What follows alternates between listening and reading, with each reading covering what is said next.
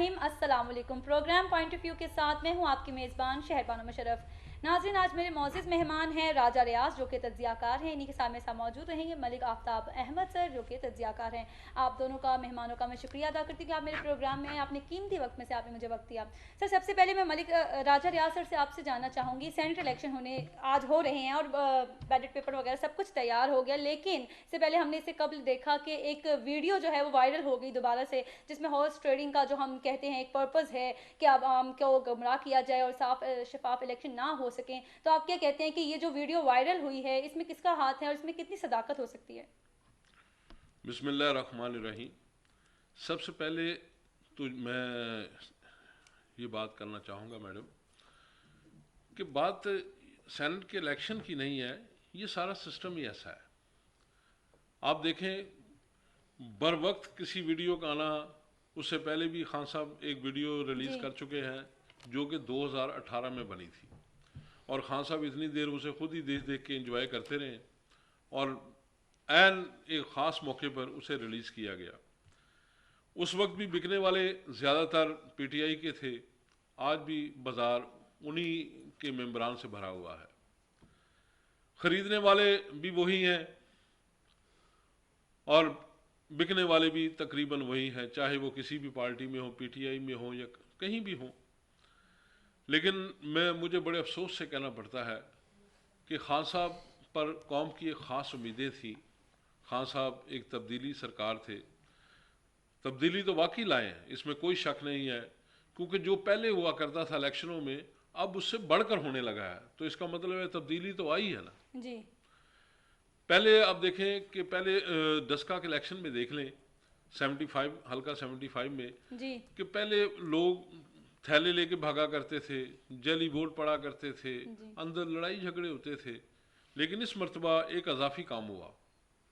अजाफी काम ये हुआ कि इंतज़ामिया ने अपने ही प्रिजाइडिंग अफसर जिनकी वो हिफाजत पे जी। ममूर थे जी। उन्हें अगवा कर लिया, और वो सुबह 6 बजे बैक लाइन कतार दर कतार जी। एक ख़ास वक्त में सुबह 6 बजे जी। सारे पहुंच के। तो ये तो तब्दीली सरकार की जो इजाफी खूबियाँ हैं। जी। जो पीछे जो हो गया सो हो गया। अब इस सेनेट के इलेक्शन में इस बात का बहुत बवेला हुकूमत मचा रही थी कि जी। लोग खरीदो फरोख्त कर रहे हैं, जी। और आपने देखा कि खरीदो फरोख्त के साथ साथ उनके बेशुमार जो है वो कौमी असम्बली के मेम्बरान, सूबाई असम्बली के मेम्बरान और उनकी जो वर्कर हैं, जो तंजीमों के मुख्तलिफ यानी सदर हैं, सेक्रेटरी हैं, जी। उनकी तरफ से भी आवाज़ें आने लगी कि सेनेट के जो टिकट हैं वो बेचे गए हैं। सेनेट के टिकट जो हैं वो अपनी मर्ज़ी के दोस्तों को 11 को और मलका मोहतरम की सहेलियों को बांटे गए हैं। जी। और उसमें लियाकत जतोई साहब की सिंध से उन्होंने कहा कि जी एक बंदा चंद माह पहले उसमें अबड़ो साहब जो अब सेनेट के जी। मेंबर भी हैं, उनके वो खड़े हो गया इलेक्शन में, तो उनको उन्होंने 35 करोड़ रुपए देकर टिकट पीटीआई से खरीदी है। इसके साथ साथ पीपल्स पार्टी तो इस खेल की पुरानी खिलाड़ी है, और वो पहले नवाज शरीफ के दौर में संजरानी साहब के इलेक्शन में जो उन्होंने किया वो भी ज़बान इज़्ज़त आम है, उनकी तारीफ़ करना तो बेकार है, वो तो इस खेल के पुराने खिलाड़ी हैं। जी। मुस्लिम लीग नून की तरफ से ये तब्दीली आई कि उन्होंने यूसुफ रज़ा गलानी को अपना मुतफ़िका कैंडिडेट करार दे दिया इस्लामाबाद से, और पंजाब में उनकी भी सेटिंग हो गई, बज़रिया काफ लीग हो या पीटीआई से हो, वहाँ भी उन्होंने आपस का हिस्सा मिल बांट के बंदर बांट कर ली। जी। बात यह है कि आज के इलेक्शन की सिर्फ एक ही सीट पर सारी जोर आजमाई हो रही है, जी। और वो इस्लामाबाद की। जी। जनाब हफीज शेख साहब बामुकाबला सबका वज़ीर आज़म पाकिस्तान जनाब सैयद यूसुफ रज़ा गलानी, जी। इसी पे सारा जोर लगाया जा रहा है। बाकी सारे इलेक्शन जो है वो सुकून से आराम से हो जाएंगे, और ये जो भागदड़ और जंग का समा पैदा किया हुआ है वहाँ ऐसा कुछ नज़र नहीं आता। ये ऐसा क्यों है? ये सिर्फ इसलिए है कि खान साहब की जो ख्वाहिशें थी, जिस हवाले से वो यानी चाहते थे कि मैं अपनी मर्ज़ी के लोगों को सेनेट में ले आऊँ, हम्म। और उनकी पार्टी के अरकान ने उनकी मुखालफत की, और अब एक तरफ तो अपनी पार्टी को मतूब कर रहे हैं, दूसरा दिन रात उनसे अब मुलाकातें कर रहे हैं। 15-15 करोड़ रुपए के उन्होंने फंड्स भी जो है वो जारी कर दिए हैं, और अगले साल भी 15-15 करोड़ रुपए के फंड्स जारी करने का उनको वादा वो ये कर लिया उनके साथ। जी उसके अलावा बेशुमार फाइलें भी साइन हो गई हैं, बेशुमार उनके जो काम रुके हुए थे कौमी असम्बली और सूबाई असम्बली के मेम्बरान के, वो भी तकरीबन हो गए हैं या उनकी भी यकीन दहानी कर दी गई है। जी तो इससे ज़्यादा धांधली और क्या होगी? क्या इलेक्शन कमीशन, मुझे तो समझ नहीं आता। उस वीडियो की तरफ मैं बात करना चाहूँगा अब, कि वो जो वीडियो भेजी है वो तो मुझे ऐसे लग रहा है जैसे पीटीआई ने अपने मेम्बरान के ज़रिए खुद ही उसे बुलाया है। सर, देखिए ना कि तहकीकात का हुक्म जो है वो तो दे दिया गया जी, इलेक्शन कमीशन की जानिब से इस वो वीडियो पता के भी चल जाएगा। हालांकि उसका इस खेल के साथ जो है उसमें कोई फ़ायदा नहीं, डिफेक्टिव तो हो नहीं सकता बंदा। जी उसमें आप अपनी मर्जी से वोट दे सकते हैं सेनेट में। पैसे का लेन देन तो हुआ नहीं है। हाँ, पैसे का लेन देन, उसमें कोई ऐसा सबूत नज़र नहीं आया। और दूसरी बात जो वो कह रहे हैं वोट ज़ाया करने का वो तरीकाकार, वो एक गलत इकदाम है। लेकिन बात यह है जब आप खुद ही किसी को बुलाएंगे जी एक्सपर्टी के तौर पे, तो वो तो फिर आपको कुछ ना कुछ बताएगा ही ना। ऐसा ही है सर। मैं तो मलिक उसने आफ्ताब बता से- दिया कि आप इस तरह ज़ाया करें, और इस पे पूरी कौम का वक्त ज़ाया करना सारे, पिछले 2-3 दिन से यही जो शो होगा मीडिया में नज़र आ रहा है। ठीक हो गया। मलिक आफ्ताब सर, मैं आपसे जानना चाहती हूँ कि इससे पहले जो है सुप्रीम कोर्ट ने अपने ऑर्डिनेंस में ये जारी कर दिया था हुक्मनामे में कि आप करवा सकते हैं ओपन बैलेट पे, और लेकिन वो इलेक्शन कमीशन ही देखेगा। और अब हमने देखा कि इलेक्शन कमीशन ने ये बयानात उनकी जानिब के आए, उनके मौके पाए हैं कि हम इतना कम वक्त में जो है हम इसे अरेंज नहीं कर सकते, जिस पे पीटीआई क़यादत की जानिब से फवाद चौधरी ने भी इस पे बयानात दिए कि ऐसा क्यों किया है, ऐसा क्यों इलेक्शन कमीशन कर रहा है।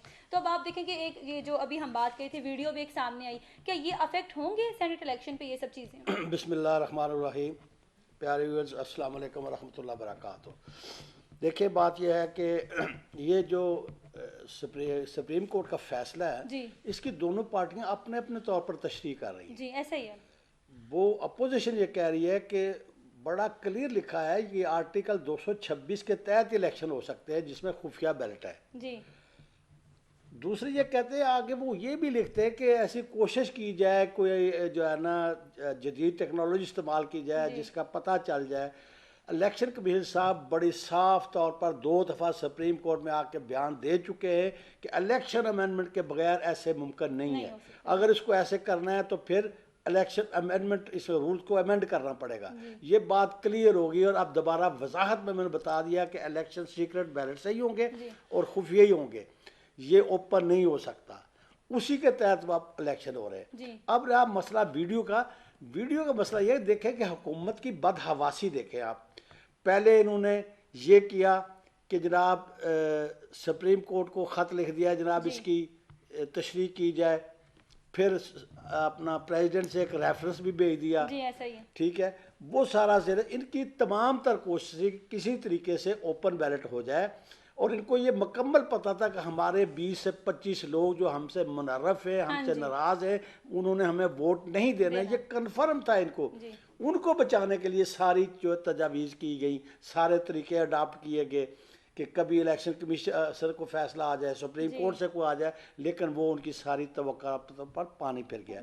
अब जब वो आ गया था तो अब इन्होंने ये आखिरी कोशिश ये की कि वीडियो रिलीज़ खुद ही इनके एमपी ने खुद ही फ़ोन, एमएनए ने खुद फ़ोन करके बुलाया गिलानी के बेटे को, और ख़ुद सवाल करते हैं, खुद पूछते हैं। और वीडियो बनाने वाले भी वो गिलानी साहब का बेटा, वो इतना अनाड़ी था कि वो वीडियो के सामने ये सारा कुछ करता है। ये सारा इन्होंने अरेंज किया हुआ था। लेकिन इससे कुछ नहीं होगा। इसमें उन्होंने खुद कमिट किया कि ये मेरी ही वीडियो है। मुझसे एक आदमी पूछता है कि इसका तरीकाकार क्या है, तो मैंने बता दिया। उसमें पैसे का लेन देन का यहाँ पर क्या सवाल पैदा होता है। लिहाजा ये सारी इनकी बदहवासियाँ हैं। देखिए, अभी रिजल्ट आने में सिर्फ 4 घंटे 5 रह गए हैं। शाम को इसका नतीजा आ जाना है। अब इसके ऊपर कमेंट्स करना कौन जीतेगा कौन नहीं जीतेगा, मेरा ख्याल ला हासिल और बेफायदा होगा। लेकिन क्यास यही किया जाता है कि पीटीआई के अरकान बहुत ज़्यादा नाराज़ हैं। जो इसको अब फीस शेख को वोट नहीं देना चाहते। वो 12, आपने सुना होगा, 12 अरकान जो है वो कह रहे हैं कि जनाब हमें नून का टिकट दिला दे तो हम वोट आपको देने के लिए तैयार हैं। उधर जनाब लियाकत जतोई है, और वो दूसरा है मुमताज़ भुट्टो और अब्रो साहब, वो सारे नाराज़ बैठे हैं। जी आपने देखा खैबर पख्तूनख्वा में लियाकत खटक साहब हैं, सुल्तान महमूद साहब हैं, वो अलहदा ग्रुप बनाए फिरते हैं। जी और ये ऐसे लगता है कि जैसे कि ये देखें, इनकी जो है परवेज़ खटक साहब, इनकी अपने घर की 7 सीटें हैं, भाई दो, भाभियाँ और वो बेटी बहू, ऐसे 7 सीटें इनकी अपने घर की है। जी तो लगता है वो जो लियाकत खटक साहब है, उन्होंने इनके मशवरे के बगैर ही कर दिया होगा। ये जो किया उन्होंने वहाँ पर नौशहरा वाली सीट पर, जी वो सारी इनके कंसेंट से हुआ है। लेकिन परवेज़ खटक साहब को इसलिए फारग नहीं कर रहे कि अब वोट की ज़रूरत है, जी आज का दिन बड़ा अहम है। जी उनको पता है कि इनको फारग किया तो साथ और कई, उनका एक अपना बड़ा ग्रुप है। जी तो ये इस तरह की सूरत हाल है। मुझे लगता नहीं है कि जो है ये अब्दुल हफीज शेख साहब जीत पाएंगे, लेकिन ये भी 5-6 घंटे रह आमिर गए। लियाकत ने भी पहले ही बयान दे दिया था कि मैं नहीं डालूंगा जी इनको। वो वो तीन अभी तीन देखे एमएलओ ना, ने पहले कह तीन दिया। तीन तीन एमपी जो कल सिंध असेंबली में जी हाथापाई हुई है, लड़ाई झगड़ा मार जी कुटाई हुई है, जी वो दवाई दे के कह रहे हैं कि भाई हम इनको नहीं वोट देंगे जी जिन्होंने टिकट खरीदा है, जी वो फैसल वाडा साहब को नहीं देंगे। कहता है क्यों दें, जो आदमी पैसे देकर टिकट खरीदता है उसको जी क्यों वोट दें। जी वो दवाई दे रहे हैं। आज वो असेंबली में आए हैं, जी पीपल्स पार्टी की गाड़ी में आए हैं, और उन्होंने आते ही ये कहा भाई हमने वोट फैसल वाडा को नहीं देना। देना। इसके अलावा और अफरा तफरी क्या हो तो ये सकती क्या है? पहले से बिक चुके हैं या फिर उनका एक ये नजरिया, लाइक आपने अभी कहा कि नाराज अरकान है, तो वो किस वजह से नाराज हैं? क्या उन्हें पैसे नहीं दिए गए? ये नाराजगी की वजह थोड़ी है जी कि लोग हल्के में नहीं जा सकते। जी महंगाई ने लोगों का जीना दोबर किया जी हुआ है, और फिर जो है ना बेरोजगारी है, महंगाई है, और कोई इनकी पॉलिसी नहीं है। रोज आना देख रहे, अभी 20 रुपए की समरी गई थी पेट्रोल की, जी ये वो इसलिए लेकिन नहीं मंजूर बढ़ाई नहीं की गई, गई। हाँ जी मंजूर इसलिए नहीं बढ़ाई गई कि ये सेनेट का इलेक्शन है और 18 मार्च को डस्का का इलेक्शन होने जी जा रहा जी है। तो डस्का का इलेक्शन में क्या मुंह के लेकर जाएंगे अगर पेट्रोल फिर बढ़ा दिया? जी आप डस्का का इलेक्शन गुजरने दे, पेट्रोल फिर महंगा नहीं, तो हो आपको जाएगा। लगता नहीं है कि आईएमएफ की जो शराइत हैं उसके बकौल हम चल रहे हैं और इमरान खान साहब बारहा उनकी उन शराइत को मुकम्मल करने की कोशिश करते हैं, तो इस पे पीटीआई क़यादत को क्या करना चाहिए? क्या उन्हें उन शराइत को नहीं मानना चाहिए? महंगाई कम करने का क्या जरिया कि जब तक हम कर्ज नहीं अदा कर देंगे क्या महंगाई इसी तरह स्टेबल देखिए, महंगाई आईएमएफ जो है ना हर गवर्नमेंट को कड़ी शरारत रखती रही है। जी ये नहीं कि इनको रखी है, नून को भी रखती रही है, पीपल पार्टी उनको भी रखती रही है, जी लेकिन वो बड़े तरीके से टैकल करते थे, वो कन्विंस करते थे उनको। जी इनके पास अहलियत नहीं है कि उनको कन्विंस कर सके। आईएमएफ का नुमाइंदा तो इन्होंने वजीर खजाना बनाया हुआ है, तो वो इनको क्यों डिफेंड करेगा? वो अपने मालकान जो है आईएमएफ वाले उनको खुश जी करेगा, जी इनकी हिमायत में वो कौन बात करेगा? नहीं, तो वो अभी इमरान खान साहब का एक बयान आया हुआ है, वो कहते हैं कि अगर हम सेनेट इलेक्शन जीत जाएंगे तो अवामी मफाद में कानून साजी करेंगे। कैसी कानून साजी हो सकती है वो? ये 3.25 साल हो गए, इससे जी पहले तो कोई अवामी मफाद नहीं, वो में क्या कानून क्या साजी हुई कानून नहीं कौन है। कौन सा बनाना चाहते हैं? देखिए अब ये वाला तो नहीं कानून पास हो सका, सदारती ऑर्डिनेंस जो भेजा गया, जो चैलेंज हो गया सुप्रीम कोर्ट में, और अब उसका फैसला भी हमारे सामने आ गया। आप अवामी मफाद में ऐसा कौन सा कानून चाहते हैं? देखिए, अवामी मफाद में तो बड़े बड़े जो फैसले हैं ना, वो सारा डिपेंड करता है जो इकोनॉमिक पॉलिसी है उसके जी ऊपर, जी कि लोगों को कैसे रिलीफ दिया जाए। जी वो लोगों को रिलीफ देने के लिए इनके पास बात ही नहीं है। वो सारी आईएमएफ की शराइत वो कबूल जी करते हैं, जी उनके इशारे पर बात करते हैं, वो जो कहता है वो करते हैं। तो वो तो अवामी मफाद के सारे फैसले खिलाफ है। जी वो कैसे मुमकिन ही नहीं है, वो जी कैसे कर सके अवामी मफाद के फैसले, ठीक जबकि आईएमएफ का बंदा ने उठाया। वो शब्बरजादी क्यों छोड़कर चला गया? जी वो भी आईएमएफ की तरफ से आया था, जी उसने कहा भाई मैं आपकी शराइत पूरी नहीं नहीं कर कर सकता, सकता, ठीक मैं अवाम को रिलीफ नहीं दे सकता, जी मैं गंदा नहीं हो रहा। वो छोड़कर चला गया। जी ठीक हो गया। मैं अब राजा रियासर से जानना चाहती हूँ, अभी बिलावल भुट्टो साहब का भी एक बयान सामने आया। उन्होंने कहा सेनेट इलेक्शन में अपने अरकान से एक वोट में ज़्यादा ले लिया तो वो बोनस होगा। मतलब बिलावल भुट्टो पहले ही कह रहे हैं कि हम ही जीतेंगे। और दूसरी जानिब अगर हम देखें, असद उमर का बयान आया, उन्होंने कहा है कि अली हैदर से मिलने वाले 3 अरकान की जो है वो शनाख्त हो गई है, तो इससे क्या असर पड़ेगा? मैडम बात यह है कि मैंने ज़िंदगी में पहली हुकूमत देखी है जी जो अपने अरकान से इस कदर खौफजदा है। इस हुकूमत को मैं समझता हूँ जैसी अपोजिशन मिली थी, जी जैसी चोर डाकू केसेस ये वो तो अपने ही मामला क्लियर कर लेते तो बड़ी बात थी। जी और 2.5 साल से ये अपनी मर्जी से जैसे चाहते हैं किए चले आ रहे हैं। अपोजिशन ऐसी नहीं होती। जी इस अपोजिशन को तो हर चीज़ बनी बनाई मिल गई है, इन्होंने तो किया ही कख नहीं आवाम के लिए। जी वो कहते बढ़ती ही चली जाती है हर चीज़ की कीमत, गिरता ही चला जाता है इंसान का भाव। तो सर हम हुकूमती तो मौक़िफ़ इंसान को भी का तो देखें ना कि वो कहते हैं कि ये हमसे पहले हुकूमतें जो आई थी उन्होंने बेड़ा गर्क कर दिया था, हमारे ख़जाने में कुछ नहीं था, इसीलिए तो आज हमें ये सब कुछ फेस करना पड़ा। और इमरान खान साहब ने जो खुद भी बयानात दिए कि 20 अरब डॉलर का कर्जा वापस कर दिया है, तो आप क्या देखते हैं कि मईशत को स्टेबिलिटी लाने पे यानी उनको सही करने के लिए अब इमरान खान साहब की ये जो काविशें हैं क्या ये रंग नहीं लेके आ रही? उन्होंने खुद भी कहा है कि महंगाई का अरसा जो है थोड़ी देर के लिए रहेगा, आवाम को कहा है परेशान हो, सब्र करें, हम सब कुछ सही कर देंगे। तो अब आप कहना चाह रहे हैं कि इनकी क़यादत ही नाकाम हो गई है। अगर वो नाकाम हो गई है तो साबिक़ा हुकूमतों ने क्या किया फिर? आपकी बात का बड़ा मैं सादा सा जी जवाब देना चाहता हूँ जी कि आप गूगल पे जाएं, वहाँ सर्च करें पाकिस्तान के कर्जों के, जी क्या फॉरेन डेट बढ़ा है कि कम हुआ है, जी क्या इंटरनल डेट बढ़ा है कि कम हुआ है। आपको वहाँ इस सवाल का जवाब जो है बहुत वाज़े अल्फाज में नहीं, मिल वहाँ जाएगा। एक तो ये अभी आपने जिस तरह बात की है कि हमें पहले भी ये रेफरेंस या मिला तो है। हमें बेवकूफ़ समझते हैं जी या ये समझते हैं कि अवाम को कुछ पता ही नहीं है। जी अगर उन्होंने 20 अरब डॉलर का जो कर्ज वापस किया है जी तो उसके साथ वो 40 अरब डॉलर ऊपर भी तो डाल दिया है। यही बात मैं कर रही हूँ कि अगर वो और लेते जाएंगे फिर इंटरनल कैसे? डेट जी जो है वो कहाँ से कहाँ चला गया है। जी और लोग जो है वो अब 2 वक्त की रोटी, मैं तो समझता हूँ 1 वक्त की रोटी जी के लिए भी काबिल नहीं रहे। जी और मज़ीद ये अगर हुकूमत इसी तरह चलती रही तो शायद वो 1 वक्त की रोटी के लिए भी यहाँ जो है लॉ एंड ऑर्डर का मसला ना बन जाए। अच्छा आप देखें मुल्क में जराइम बढ़ते जा रहे हैं, जी बेरोज़गारी बढ़ती जा रही है।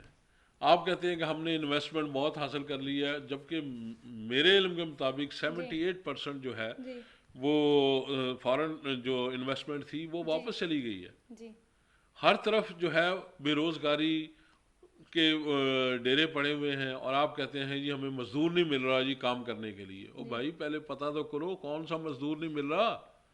पाकिस्तान में तो मजदूरों की लाइनें लगी हुई हैं, लेकिन जो लोग वहाँ काम करते थे टेक्सटाइल में, अब छोड़ के किसी ने करियाने की दुकान डाली हुई थी, जी कि पेंशनों की दुकान डाल ली थी, किसी ने कोई और काम कर लिया था। जी अब वो उस काम को छोड़ के फिर आए, फिर पता चले 6 महीने बाद आपकी जो पॉलिसी है, जैसे आप माशाल्लाह गैस और बिजली के रेट बढ़ाते जा रहे हैं, ये तो जी कम्पीटेबल ही नहीं होगा अगले चंद महीनों में। ये तो कोरोना को आप दुआएं दें कि कोरोना आया और कोरोना ने इंडिया, सिंगापुर, जी थाईलैंड और जो बांग्लादेश को मुकम्मल तौर पे लॉकडाउन किया, जी अमेरिका को लॉकडाउन किया, पूरे यूरोप को किया। जी तो उनको अपने ऑर्डर जो थे वो पूरे होते हुए नहीं नज़र आए। तो जी पाकिस्तान में अल्लाह ताला की रहमत और बरकत से कोरोना की जो रेट जो था वो जी ज़रा कम था, तो और वो ऑर्डर पाकिस्तान को मिल गए जी और हमारी इंडस्ट्री के लिए एक नई ज़िंदगी जो है उन्हें मिल गई।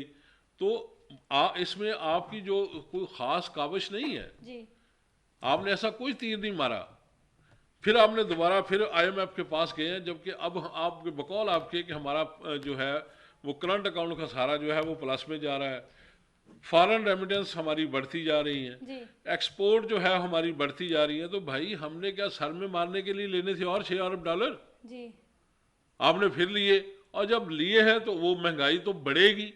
IMF तो हमेशा कर्जा जो देता है, जैसे मेरे भाई ने बताया जी कि वो तो अपनी शराइत पे देता है, जी ऐसा ही है। उन्होंने वसूल भी तो करना है। जी क्योंकि किसी भी हुकूमत के लिए जिसे कोई कर्ज देने के लिए तैयार नहीं होता, जी IMF उसका आखिरी ठिकाना होता है।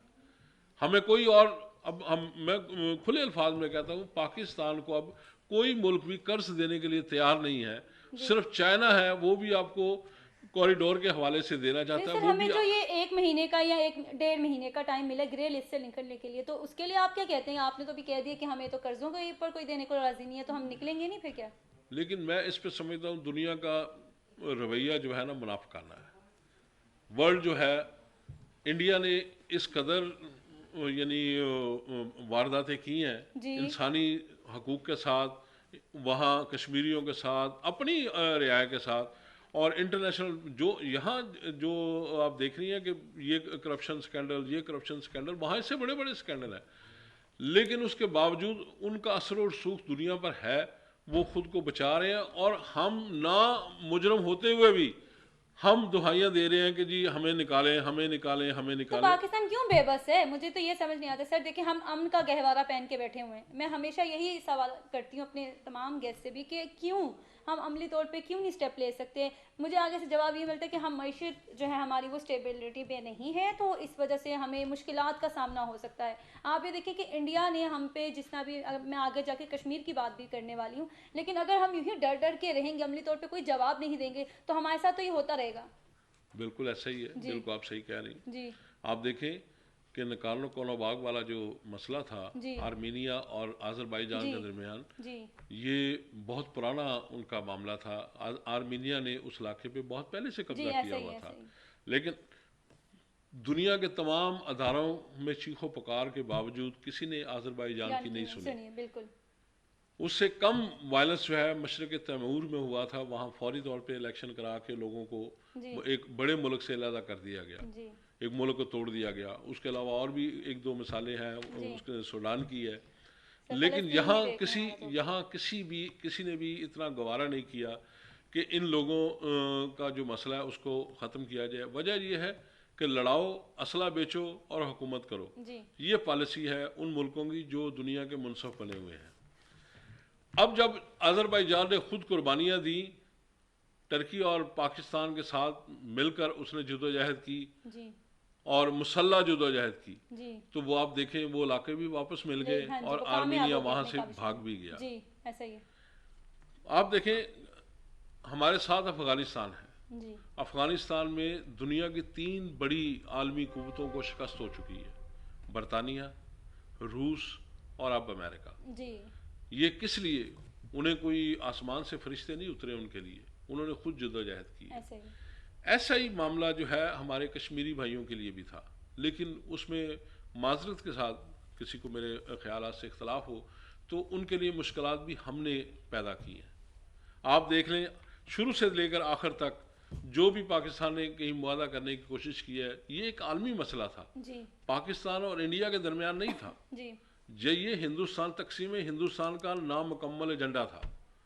और तकसीम हिंदुस्तान जब हुई हमारे लोगों को यही पढ़ाया जाता रहा जी इंडिया और पाकिस्तान 2 अलग मुल्क बन गए, जी जबकि वहाँ 565 जो ऐसी रियासतें भी मौजूद थी जो कि खुद मुख्तार थी अंडर द ब्रिटिश रूल, लेकिन वो खुद मुख्तार थी। जब बरतानिया यहाँ से जाने लगा तो उन्होंने उनसे कहा कि भी आप जिसके चाहे मिल जाए, हम आपसे नहीं कहते, आप अपनी मर्जी करें, जिसको अपने मफादात बेहतर समझे आप जी। कर लें। जी बाकी रियासतों के साथ साथ एक तीसरा मुल्क भी बन गया था उस ज़माने में, जिसे उस्मानिस्तान, निज़ाम हैदराबाद वाली रियासत जो थी, जी वो भी उसने भी इंडिपेंडेंट ऐलान कर दिया था कि ना मैं पाकिस्तान के साथ मिलूंगा, ना मैं अपना मुल्क बाख्तियार वैसे रखना चाहता हूँ, और बन गया। उसके बाद इंडिया ने वहाँ ज़बरदस्ती कब्जा किया, हालांकि उसने हमारे साथ इल्हाक की जो है वो एग्रीमेंट साइन कर जी लिया था, जी हम उसकी मदद नहीं कर सके। और आज यहाँ तक कि आप हमारे नक्शों में हैदराबाद के मुतालिक कभी बताया भी नहीं जाता। मनादौर, जूनागढ़, ये भी वैसी रियासतें थी जो पाकिस्तान के साथ मिलना चाहती थी, जी एग्रीमेंट भी साइन हो गए थे, लेकिन इंडिया ने वहाँ ज़बरदस्ती कब्जा कर लिया। जी। हमने तो इनके लिए भी आवाज़ नहीं उठाई। जी कश्मीर जो है, कश्मीर एक बहुत बड़ी रियासत थी और उसका हुक्मरान जो था हरी सिंह, वो भी पाकिस्तान के साथ एग्रीमेंट कर चुका था, और वहाँ आप देखें वहाँ 6 महीने पाकिस्तान का परचम ही लहराता रहा। पंजाब से एक रेलवे लाइन जाती थी, जम्मू से वो ऊपर जाती थी, जो पंजाब से खुराक लेके कश्मीर जाया करती थी। जी वो रेलवे लाइन किसने बंद की? वो खुराक किसने बंद की? वो कबायलियों के लश्कर क्यों भेजे गए? इसका आज तक कोई जवाब नहीं मिल सका। सही। और वहाँ जो आपको पता है मुस्लिम लीग भी नहीं थी, वहाँ जो थे सरदार गुलाम अब्बास साहब थे, उनकी मुस्लिम कॉन्फ्रेंस जी थी पार्टी की, उन्होंने भी इस पे एतराज़ किया था, लेकिन उसके बावजूद किसी ने पूछा नहीं। और जब आप देखें मुआहदा ताशकंद में देखें, वजह उसकी कश्मीर थी, कश्मीर पे लड़ाई हो रही थी, लेकिन जब मुआहदा हुआ तो उसमें कोई भी कश्मीर का जिक्र तक नहीं था। जी तो ये इससे ज़्यादा बेहिसी हमारी और हमारे हुक्मरानों की क्या थी? ठीक कश्मीर का मसला जो है, और ऊपर से शिमला मुआहदा जब हुआ तो जुल्फ़िकार अली भुट्टो साहब ने उसे 2 मुल्कों का मामला करार दे दिया। अब जब भी आप कहते हैं दुनिया हमारा साथ नहीं देती, दुनिया इंसाफ नहीं करती, वो भाई जब आप दुनिया के पास जाते हो, दुनिया कहती भाई ताड़े दोवां का मसला है, आपस में के हल कर लो। जी लोग इस तरह इस बात को नहीं समझते। अब हमें या तो उसके लिए मुसल्लह जदोजहद करनी चाहिए थी उसी वक्त। जी पहले 10 सालों में हम उससे ले सकते थे कश्मीर, जी। इंडिया भी हम पे इतना भारी नहीं था, लेकिन हम वहाँ नाकाम हुए और आज हम दर दर के दरवाजे खटका रहे हैं कि वो हमारी मदद करो, हमारी मदद करो। इस तरह कोई किसी की मदद मदद नहीं नहीं करता। करता। जी हमें अपनी मदद आप करनी होगी और अपने अल्लाह और उसके रसूल के बताए हुए रास्ते पे चलते हुए मदद हासिल करना होगी। ठीक है, मैं मलिक आफ्ताब से आपसे जानना चाहती हूँ, कश्मीरी इशू पे ही बात करना चाह रही हूँ कि इमरान खान साहब ने कुछ दिनों पहले ही कहा कि मैंने मोदी को मुज़ाकरात की पेशकश की थी, और जिस तरह आप भी सर ने भी हमें हिस्ट्री का भी कुछ बताया कि किस तरीके से मुआहदे हुए और किस तरीके से कश्मीर हमारे हाथों से गया, तो इमरान खान साहब ने यही कहा कि जो भी पहले ऐसे मामलात हुए थे वो सब मुज़ाकरात की पे जब लेके आए तो हमने जब बातचीत की आपस में तो तब वो हल हुए, और अब मैं मोदी को जब कहा तो मैं नाकाम रहा। तो अब आप देखें कि जिस तरह अभी सर ने भी कहा कि मुसल्ला हमें उस वक्त हो जाना चाहिए था, इस वक्त अब हमारी कोई नहीं सुनता, तो अक़वाम मुत्तहिदा में ऐसी क्या डिमांड की जाए, ऐसे क्या हक़ाइक़ रखे जाएँ कि अब हम मुज़ाकरात के एक पेज पे लेके आ सकें भारत सरकार को, क्योंकि वो तो वैसे सुनते नहीं हैं हमारी। देखिए जी, राजा रियाज साहब ने बड़ा जी कम्प्रिहेंसिव, बड़ा डिटेल इसके बारे में बताया कि ये है क्या। जी मसला कश्मीर को समझने के लिए थोड़ा सा इसको बैकग्राउंड में जाना ज़रूरी है। ये मसला है क्या। जी जैसे उन्होंने कहा कि महाराजा हरि सिंह ने 1947 जब पार्टीशन हो रही थी तो महाराजा हरि सिंह ने इंडिया के साथ इसका ला कर दिया। अच्छा, ये मैं आपको बताऊं कि 1947 से लेकर 48 तक, 1948 तक वहाँ काबिल मुजाहिदीन और ये वहाँ पर मौजूद रहे, पाकिस्तान का कब्ज़ा रहा। जी ठीक है। उसके बाद तो ये जो था अपना गांधी, ये चला गया अक़वाम मुत्तहिदा में कि जनाब ये हमारा मसला है, ये तनाज़ा है। तो वहाँ पर अक़वाम मुत्तहिदा ने ये कहा कि भाई ऐसे है कि ये कश्मीरी अवाम से पूछ लेते ये किसके साथ रहना चाहते जी हैं। ऐसे ही है। वहाँ पर जो है ना ये करारदाद मंजूर हो गई अक़वाम मुत्तहिदा में कि ये यहाँ पर इस तस्वाब राय से इसका फ़ैसला करेंगे कि लोग क्या चाहते हैं। ठीक हो गया। और अक़वाम मुत्तहिदा ने एक डेलीगेशन भी मुकर्रर कर दिया जो इस पर काम करता रहा 1950 तक कि जी ये इसके ऊपर काम हो गया ताकि राय शुमारी वाला मामला हल किया जाए। लेकिन 1950 के बाद उस जो कमीशन मुकर्रर हुआ था उसने रिपोर्ट भी दी, लेकिन आगे खामोशी होगी। उसके बाद पाकिस्तान की तरफ से इस केस की पैरवी की किसी ने नहीं। ये अपनी हुकूमत में मस्त हो गए, एंजॉय प्रोटोकॉल, गाड़ियाँ, ये वो, दूसरा तीसरा, ये इधर मस्त हो गए, उस केस की पैरवी की नहीं है। और जो भी मुकदमा बंद फाइल में दब जाए उसकी हैसियत कमज़ोर हुई। तो चाहिए तो था कि इसकी साथ साथ कंटिन्यूटी रखते, इसकी पैरवी रखते। हाँ जी वो क्या बना जी, वो करा क्यों नहीं रहे, इसको तो पूछा ही नहीं किसी ने।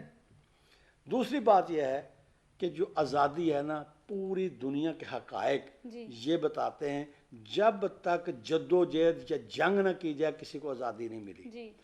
अब हमारा ये हाल है, हम ये चाहते हैं यार नहीं ये जंग जो है ना इसमें बड़ी तबाही होगी, जंग तबाही होगी, जंग मसले का हल नहीं है, जंग ये है, जंग वो, हम जंग से डरते हैं। अभी नंदम को गिरफ्तार किया, फ़ौरन छोड़ क्यों दिया?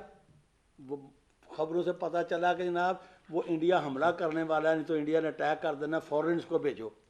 इस हद तक तो हम डर रहे हैं। लेकिन हमें तो कहा गया कि हमने तो अमन का गहवारा पहना हुआ है और हमने बड़ा अच्छा स्टेप लिया। और कभी मुज़ाकरात से कोई चीज़ मिली है आज तक मुज़ाकरात से भी कोई चीज़ मिली है? क्यों देगा कोई गुफ्तगू? वो तो बात करने के लिए तैयार नहीं है। इमरान खान साहब को 2.5 साल हो गए। इमरान खान साहब ने ये कहा था जब मोदी का इलेक्शन हो रहा था तो इमरान खान साहब ने कहा था ये मोदी अगर जीत गया तो ये हमारे लिए बड़ा बेनिफिशियल होगा। उन्होंने बयान दिया था। ठीक है, ये इनकी जीत होनी चाहिए। वो 2.5 साल लगे तो मोदी वो है वो इनका फ़ोन सुनने के लिए तैयार नहीं है। कितनी कालें की इमरान खान साहब तो अकेले नहीं है ना, फिर आप ऑपोजिशन की बाकी पार्टीज को भी देखें, नून लीग सरकार को देख लें, जब वो अपने इख्तिदार में थे वो तो उनको वेलकम कर रहे शादियों पे बिना वीज़े के। यहाँ पे आप पासपोर्ट के, आप मोदी सरकार के, यही मोदी साहब को यहाँ पे बुला लेते हैं शादियों में, तो वो क्या सीन था? तब क्यों नहीं आवाज़ उठी? ये देखे ना, वो थे ना जिनको वाजपेयी को बुला के यादगार पाकिस्तान पर उसने तस्लीम किया कि जनाब पाकिस्तान एक हकीकत है। यानी कि हम ये कहें कि कोई भी मुखलिस नहीं है इस नहीं, ये उनकी अचीवमेंट है ना। अपने घर में तो ले आए, अपने घर में ले आए, मुज़ाकरात में तैयार हो गए। और एक और बात बताऊं, मुशर्रफ जब वहां गया था ये मायदा जो आप उनके पैरों में जाके पड़े, उन्होंने आपको पूछा नहीं। दोनों के दरमियान ये मायदा कंप्लीट हो चुका था। सिर्फ एक छोटी सी बात थी जिस पर रहते रहते वो रह गया। उनका एक आदमी था जो बड़ा हिंदुओं का ना बड़ा इंतहा पसंद था, उसने डंडी मार के उस मायदे को दर पे कर, वरना ये मायदा हो चुका था कि इसको ऐसे ऐसे कर लें। तो सर कारगिल की जंग का आप मुझे बताएं सर ना, फिर आप वो सब देखें, कैसे होगा? आप देखें जी। कि जब चाइना ने 1962 में वो कहते हैं ना इंडिया को गिद्दड़ कुट लगाई, और उसने उस वक्त पाकिस्तान से कहा कि अब मौका है, अब कश्मीर जो है वो तुम छीन लो, छीन लो, ऐसा है। तो हमारे हुक्मरान जनाब जनरल अयूब खान साहब ने इंडिया को ऑफर कर दी, आओ मिलजुल के एक दफाई मुआहदा कर लें कि जो बंदा बरसगीर पे हमला करेगा हम उसके खिलाफ लड़ेंगे मिलकर। ये तो आपके हुक्मरान करते रहे, और आप कहते हैं कश्मीर नहीं मिला हमें। और इन चीज़ों के नतीजे बाद में पता चलते हैं कि हमने ये उस वक्त क्या किया था। नहीं सर, तो कारगिल की जंग का बताएं ना, कारगिल की जंग भी जब हमारे साथ हुई देखिए कारगिल की तब जंग तो जो नून थी लीग ना, सरकार थी।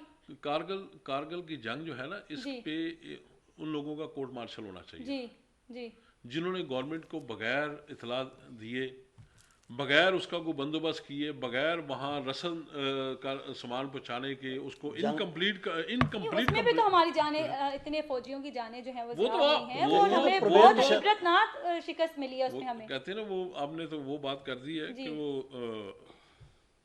माफ़ी, अल्लाह माफ़ी दे, वो कश्मीर ये वो जब वो पार्टीशन से पहले वो जब होते थे ना, कमज़ोर होते थे, कोई मार पड़ती थी, तो वो दूसरे से पूछते थे कि इन्हें क्यों मार पई, तो कहते जी ये कमज़ोर है, तो कहते कमज़ोर थी तो लड़ी क्यों? जी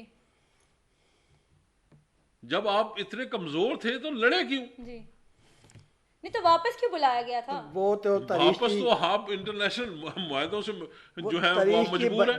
तारीख की बेलियां इनको आज तक कोई नड़ी रिटा का पता ही नहीं चला जी। कि मुशर्रफ ने क्यों किया, किसने हुक्म जी, दिया। अभी इस तक तरह नहीं हकायक होता। सामने ही नहीं आ सके हैं इसके ये तो। डिस्प्यूट नहीं, है। आप चाहते ही नहीं, आप सिर्फ नवाज शरीफ को निकालना चाहते थे, वो कामयाब हो गए, नवाज शरीफ तो अभी भी निकले हुए हैं ना, हाँ। उनका तो कोई रहना तो सहना वो उनको इसलिए कुछ पता उनको उनको निकाल दिया, बस ये मकसद था आपका, जी। वो आपने पूरा कर लिया। नहीं। जी नहीं तो दूसरा तो मकसद ही नहीं था। जी देखा इस जाए मकसद के लिए जो नौजवान फौजी मारे गए, जो हमारे अफसरान मारे गए, इतने तो हमारी 3 जंगों में नहीं मारे गए, जी तो उसका किसी ने कोर्ट मार्शल किसी ने जिम्मेदारी ली उसकी? किसी ने भी नहीं ली, सही। ऐसा नहीं होता। तो कश्मीर के लिए फिर सबको एक साथ होना चाहिए ना, ये जो ऑपोजिशन पार्टी से सब मिलके एक उसको भी बयान छोड़े, दे दें। जो मेरी इंडिया बात ने जो सुने, 370 बात किया ये है, जी, ये इस पर कोई क्यों? एहतजाज कोई किया एहतजाज किसी किसी ने? ने भी नहीं किया। किसी ने देखें एहतजाज किया है? देखें Except उसने आवाज उठाने की हमने उसने वो जब की है। आपने कहते थे हम लाइन कंट्रोल करके आ जाएंगे, हमें ये सिर्फ लाइन रोक रही है, जी और उसने कहा ये लो जी ये लाइन भी खत्म हो गई, 370 भी खत्म हो गया, अब करो। आप कहते नहीं जी हम आप पे हमला नहीं करेंगे, आप हम पे हमला करेंगे तो हम उसका दिफा करेंगे। हमने तो बिल्कुल, सिर्फ नक्शे में उसको शुमार कर हमला लिया। करने की जरूरत क्या है? नहीं, पाकिस्तान ने तो नक्शे में शुमार कर लिया ना, कि नक्शा जारी कर दिया, नहीं कश्मीर हमारा ही है। ये उससे भी ज्यादा बुजदली थी जी कि एक चीज को आप लड़कर नहीं ले सकते, तो आप अपने उसे अपना कह के खुश हो जाए। जी नक्शे में करने से क्या हो जाता है, इस तरह को मुल्क आ जाते हैं आपके। चाइना ने जैसे प्रेशर बढ़ाया हुआ था जी, जी। डोकलान में और लद्दाख में, लद्दाख में अभी वो आया कि फिर नहीं से आया? उन्होंने अभी यही भी किया। है। जी जी तो ये पाकिस्तान के लिए मौका था कि वो आया भाई कि तुम नहीं तो आया कोई हिम्मत उसमें? करो। जी अब इंडिया ठिकाने पर आया कि नहीं नहीं तो हमें आया? तो यही कॉज दिया गया कि मॉइस्चर स्टेबल नहीं है, हम तबाह हो जाएंगे, पाकिस्तान बचेगा ही नहीं, इसीलिए जंग नहीं करे। इंडिया उसने चाइना तो नहीं परवाह की कि जी। बचेंगे कि नहीं आप देखें बचेंगे। अमेरिका की मैशत हमेशा कामयाब हुई है जंगों से, जी और आप मुस्लिम हिस्ट्री भी देख लें, मुसलमान हमेशा कमजोर तरीन थे, जी मसला भी कम था, जंगें हुई वो ताकतवर भी हुए। जी तो आप कौन सी ये डॉक्ट्राइन हमें सुना रही है? ये बुजदली की डॉक्ट्राइन है। जी इसका देखिए ना, हम सब मिलके यही चाहते हैं कि कश्मीर आजाद हो, आपने सिर्फ आप चाहते हैं, करते बांग्लादेश नहीं है। बांग्लादेश आप कहते हैं जी दुश्मनों ने मिलकर लड़ा जी, किया, सकूत और ढाका सबसे हुआ भी ज्यादा उसी के तो पीछे भी एक हिस्ट्री है। सबसे जी। पहले तो आपने खुद बनाई हुई थी तंजीमें कि जी हमारी जान छोड़ो, लैला हो जाओ, जी उनके पांव पड़ते थे, भाई क्या लेना है हमसे ले लो, हमें हमारी जान छोड़ो। तो किसी ने उन पे एहसान कर दिया मिलके, तो आप उनको आप उस पे आपने किसी ने किया? जनरल यही आंखों को आपने 21 तोपों की सलामी के साथ पाकिस्तानी परचम में लपेट के दफन किया। जी हद हो गई। तो इस ये तरह तो नहीं हुक्मरान होता। को सोचना चाहिए, जो भी दौरे इक़्तिदार में आता है, बात सिर्फ ये है कि कश्मीर के हवाले से बात करते हैं, अमली तौर पे कुछ नहीं कर पाते हैं। हमारी अपील यही है कि आप लोग अमली तौर पे भी कुछ करें, अपने लिए आप लोग स्टैंड करें, अब जिस देखिए, तरीके से ये- चाइना ने भी ये- किया है। ये हम लोग तो सिर्फ हिस्ट्री बता सकते हैं, जी, जी। उसके मुतालिक बता सकते हैं, हुक्मरानों की गलतियों के बारे में बता अब सकते हैं। स्टैंड मैंने और ये आपने करना तो नहीं तो करना, हम- जी, हुक्मरानों हम ने करना हुक्मरानों है, नहीं हुक्मरानों करने, ने मेरी करना उनसे इल्तिजा है कि वो कुछ हाँ। करें इस पे भी। ये आप- हुकूमतें ही कर सकती हैं। जी कुछ और- बात अब हम सर उस पर भी कर लेते हैं। पाक चीन दोस्ती पे भी 70 साल मुकम्मल हो गए हैं हमारी इन दोस्ती को, तो CPEC का एक मंसूबा चल रहा है हमारे दरमियान। आप क्या देखते हैं इससे मईशत में, क्योंकि हमारी असल तो मईशत ही नहीं स्टेबल है ना, कैसे मदद मिलेगी मईशत को स्टेबल करने में? सर आपसे पूछी राजा रियाज सर आपसे। देखिए, मशद जो है हमेशा जो बड़े बड़े मुल्क हैं उनकी भी डामाडोल हो जाती है, ये ऐसा नहीं है। कुछ हमारे इकदामात ऐसे थे, अब कुछ दौर हमारा ऐसा था जी कि हमारी मशद बहुत मजबूत थी, जी हमने उस दौर में क्या किया। अब जब कमज़ोर हैं तो उसकी भी हमारी अपनी वजूहात हैं। जी उसमें हम जब किसी की जंग लड़ेंगे तो हमारे जो अपने वसाइल जो ज़ाया होंगे। आप देखें, बांग्लादेश ने किसी की जंग में नहीं इन्वॉल्वमेंट की, जी आज वो हमसे ज़्यादा तरक्की याफ्ता है। 40 अरब डॉलर से ज़्यादा उसके पास उसके रिज़र्व है जी। और उसकी मैशत जो है हमसे बड़ी हो गई है। जबकि हम की एक जी। ज़माना ये था कि ये वेस्ट पाकिस्तान जो था जी। ये बहुत खुशहाल था। आज हम पर कर्जे इस कदर लादे गए हैं जो हमारे हुक्मरानों की नाहली है, जी क्योंकि हमने कर्जे लिए हैं, उन कर्जों का हमें कुछ फ़ायदा नहीं हुआ। वो ऐसे मंसूबों पर लगाए नहीं गए जहाँ जी। से कुछ जनरेट होता, जी और जिसने लगाने की कोशिश की है उसे मना किया गया है, जी उसको वो लगाने नहीं दिए गए। तो बात यह है कि ये सब मिली भगत के साथ पाकिस्तान को इस स्टेज पे लाया गया, जी। क्योंकि आलमी ताकतें जो हैं और सहूनी जो तंजीमें हैं वो चाहती हैं कि पाकिस्तान मजबूत ना हो, और हमारे हुक्मरान उनके हाथों में खेल रहे हैं। जी हमारी कोशिश ही नहीं कि अपने मुल्क को हम जो है वो स्टेबल करें। आप देखें, मलेशिया हमसे ज़्यादा जो है वो उसकी मैशत ख़राब थी, जी लेकिन जब महातिर मोहम्मद ने बात की फौजी इदारों से, अपोजिशन को बैठा के कि आप मुझे सिर्फ 5 साल हुकूमत दे दें, मैं आपको अमेरिका के बेजा जो मुतालबे हैं, ये जो अब आपकी बड़ी बड़ी कंपनियां हैं, मल्टीनेशनल कंपनियां, इनके जो मुतालबे हैं और जो हमें डराया जाता है हमारे हमसाया ममालिक से कि ये तुम्हें खा जाएंगे, मैं तुम्हें इससे निजात दिला दूंगा। जी और आप देखें उसने निजात दिलाई। आज उसकी मैशत जो है पाकिस्तान में यानी दुनिया में 2 तो मुसलमान मुल्क हैं जिनकी मैशत जो है वो बेहतरीन है। एक तुर्की, उसने तो अपने आप को बहुत बहाल किया, लेकिन मलेशिया उससे पहले सेटल हो चुका था। जी तो हम भी उसी तरह हो सकते थे। जो तुर्की में जो भी हुआ, तुर्की में जो वो हम भी कर सकते थे, जी लेकिन जैसे ही वहाँ फौजी हुकूमत और फौजी लोगों की इन्वॉल्वमेंट कम हुई, वो मुल्क आप देखें कहाँ से कहाँ तरक्की कर गया। जी आप अपने वतन के लोगों, हमारे पास अल्लाह ताला का इतनी ज़्यादा नेमतें हैं हमारे पास कि मैं किसी और मुल्क के बारे में गिना नहीं सकती। आप देखें जापान जैसा मुल्क जहाँ 1 किलो जो है वो लोहा नहीं निकलता, वो पूरी दुनिया से मंगवाता है और उसे 1 किलो लोहे को 1 किलो सोने के बराबर बनाकर दुनिया को फरोख्त करता है। जी तो हमारे पास तो अंबार पड़े हुए हैं, सोने के भी और लोहे के भी। हम तो निकाल ही नहीं रहे। कई सालों से लोग हमारा माल उठा उठा के लेकर जा रहे हैं, हमें परवाह ही नहीं है। जी हम तो बाहर एक्सपोर्ट करने में लगे हुए हैं, बाहर भेजने में लगे हुए हैं। हम नहीं लगे हुए, जी हम नहीं लगे हुए। जी वो इलीगल जा रहा है सारा। जी वो ईरान के जरिए जाए, वो अफगानिस्तान के जरिए जाए, या वो डायरेक्ट को ले जाए, जी हमें उसका यानी बासियत इस मुल्क को उसका कोई फ़ायदा नहीं है। जी 500 अरब डॉलर के हम सोने के ज़खायर रखते हैं, अरबों डॉलर के हम तेल के ज़खायर रखते हैं, गैस के ज़खायर रखते हैं। आप देखें आज गैस की ये हालत है कि हमें जो है वो दोहा से मंगवानी पड़ती, जी हम उसके लिए मारे मारे फिरते हैं। हम अपने मुल्क में ड्रिलिंग नहीं की, जी हमने अपने मुल्क में उसका कोई ऐसा वसाइल ही पैदा नहीं किए, और उन अदारों को भी मकरूज कर दिया। इसमें पिछली हुकूमतें जो है वो भी मुजरम है उसी तरह सही जिस तरह ये हुकूमत है। जी आप यानी देखें सोने की चिड़िया होने का टैग हमारे पास है, किसी को पता नहीं सोना कहाँ है। $3 आवाम का फायदा जहाँ होता है वहां ये करते नहीं। जी $3 के हिसाब से हमें मकफूड के हिसाब से गैस मिल रही थी, जी इन्होंने नहीं ली। आज 7 से 9 डॉलर के हिसाब से वो खरीद रहे हैं। आप जी यार हद जुल्म नहीं हो गए? और उस पर वो आप टैक्स लगाई जा रहे हैं, उसको बढ़ाई जा रहे हैं, उसको बढ़ाई जा रहे हैं। 700 अरब आपने पिछले साल लगा दिए, 700 अरब इस साल लगा दिए।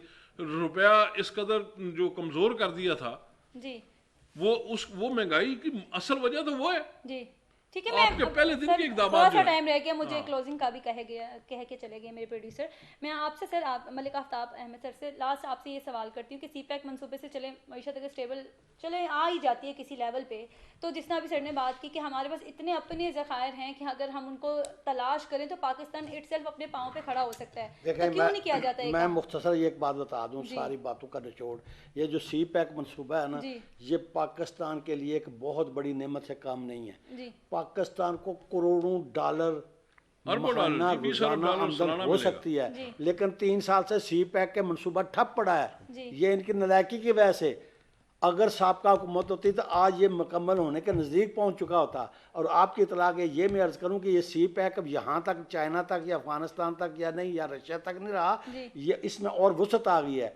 इसका जो नया रूट है वो तुर्की भी जा रहा है। जी। और आपके इतला के लिए चाइना जो अड़ा हुआ था ना डोकलान में और लद्दाख में, वो जो एरिया नहीं छोड़ रहा था, जी। उस एरिया ना छोड़ने की वजह से वहाँ पर रास्ता मिल गया अब बांग्लादेश को, नेपाल को और भूटान को। जी। अब भूटान, नेपाल और बांग्लादेश भी ये सी पैक में शामिल होने जा रहे जी। हैं, क्योंकि वो खुश्की का रास्ता जो है ना ये मिल गया है। ठीक। वो जो लद्दाख से जो रोड जाती थी ना, जी, जी। जो इधर पाकिस्तान के इधर आती थी नॉर्दर्न एरिया में, जी, जी। वो अब चाइना के कब्जे में है। ठीक। अब वो खुश्की का रास्ता जो है ना बांग्लादेश को, भूटान, नेपाल को भी मिल गया। ठीक। अब ये भी सी पैक का हिस्सा बनने जा रहे हैं। ठीक है, तो फायदा हमें भी होगा, उनको भी होगा। बिल्कुल, और रास्ता तो हमारा हमें इस्तेमाल होगा सबसे ना। ज्यादा फायदा तो हमें होगा। होगा ही, हम बुनियाद ही हमें, जी। उनको तो होगा ही होगा। जी। लेकिन ये जितने मुल्क है ये सारा ट्रांजिट तो हमारा ही होगा। जी। यहाँ से गुजर के ट्रांजिट जाएगी होगा, आपकी। हमारी बंदर का इस्तेमाल होगी, वहां चार्जेस देंगे हमारी। और ये जो बंदर का है ना, ये इतनी बड़ी अल्लाह की नेमत है कि दुनिया पूरी में, पूरे वर्ल्ड में इतनी गहरी बंदरगाह है ही नहीं जहां पर 9 जहाज जी। डेक के साथ लग सकते हैं। बड़े। बड़े जहाज ठीक है। 9, वरना सिर्फ एक जहाज की डेक के पास लगने की गुंजाइश होती है, वो अनलोड होता है, वापस ठीक। जाता है तो फिर दूसरा लगता है। ठीक है। हमारी इस बंदरगाह में 9 जहाज एट ए टाइम डेक के साथ लग सकते हैं। जी। इतनी बड़ी सहूलत पूरी दुनिया में किसी जगह नहीं है। जी। ये इतनी बड़ी नेमत है, लेकिन इसको कुछ चलने दे तो तब ना। जी। 2.5 साल से जो ये बंद पड़ा है। नहीं तो आपको लगता है कि ये मंसूबा भी करप्शन की नजर ना हो जाए? हैं? ये मंसूबा जो आप कह रहे हैं सीपैक का मंसूबा अभी ताखीर का शिकार हो रहा है, तो क्या इसके अंदर जो पैसे वगैरह या जो चीजें भी आनी जानी करनी है वो भी करप्शन की नजर हो रहा है? आपको पता है कि वो जी। जो आसम सलीम बाजवा जी साहब जी, को उनका चेयरमैन भी एक बनाया हुआ स्कैंडल। था, हाँ जी जी जिनका ये है कि वो 100 कंपनियां उधर निकल आई हैं। जी। अगर ऐसे ही बंदे रहेंगे तो करप्शन तो फिर होएगी। जी। यहाँ पर हर बंदा तो पैसा कमाने के लिए बैठा नहीं, हुआ सबसे है। पहले हमें करप्शन मैडम, जैसी बीमारी हाँ। से छुटकारा चाहिए। मैडम, इसकी वुसअत का अंदाजा आप इससे लगाएं। कराची में जो सबसे बड़ा जहाज उतरा था ना, जी। वो 36 लाख टन गंदम लेके आया था अमेरिका जी। से।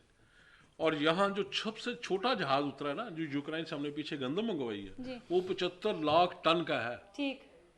वो 36 लाख टन था, जी। ये 75 लाख टन का, और ये बहुत छोटा सा है उसकी बंदरगाह के हवाले से। ठीक हो गया। ठीक है सर। नाजरीन, आपने मेरे मौजूद मेहमानों के पॉइंट ऑफ व्यूज़ जाने। मेरी इमरान खान साहब से यही एक अपील भी है, दरख्वास्त भी, आपसे रिक्वेस्ट भी करते हैं हम कि आप एक तो कश्मीर के इशू के ऊपर जब आवाज़ उठाते हैं तो आप अमली तौर पे अब कुछ करें। अब हम चाहते हैं कि अमली तौर पे कुछ हो, हम तैयार हैं। दूसरा, मैं आपसे ये चाहती हूँ कि आप सी पैक के मनसूबे के ऊपर भी आप ध्यान दें, कुछ इसके ऊपर भी असर रसूख करें ताकि मईशत भी स्टेबल हो, पाकिस्तान में खुशहाली आए। हम सब यही चाहते हैं। इसी के साथ मुझे इजाज़त दें। इंशाल्लाह नेक्स्ट प्रोग्राम में आपसे मुलाकात होगी। अल्लाह निगहबान।